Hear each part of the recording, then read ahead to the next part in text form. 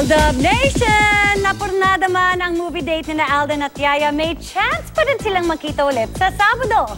Dadalaw kasi si Yaya at ang The Explorer Sisters sa Broadway. Makichika kay Aubrey Carampel. Thursday ngayon! Midweek holiday! Love is in the air na naman dahil 11th week sari ngayon ng Aldab. Pero si Lola ni Dora nanghihinayang. Yung regalo ko bagay na bagay sa araw na to. Dahil lumabag sila, hindi natuloy. E di sana nagre-ready na kayo ni Yaya. Para manood ng sine na kayong dalawa lang. At magdi-dinner. At nahulikam nga sa CCTV ng mansyon na nalabag ang bilin niya sa Aldab na no-touch policy nitong Sabado. Not once, not twice, but thrice. Ikaw pala, Yaya, ang dapat humingi ng sorry. Ikaw ang humawak sa kamay ni Alden.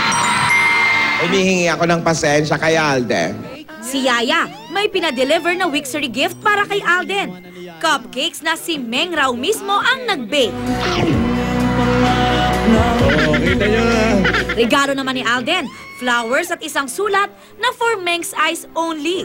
At ang mas nagpakilig sa Aldab Nation. Kaya nagpapabitin pa eh. Wish I might find a way to your heart. Wish that I'll be the sun to warm you all through your life. Sasagot! Wish I may.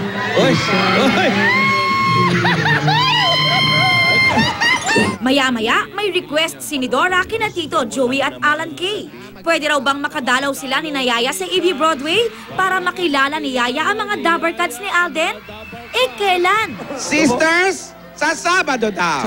Sa gitna ng kasiyahan, dumating na ang padalang flowers at letter ni Alden para kay Yaya.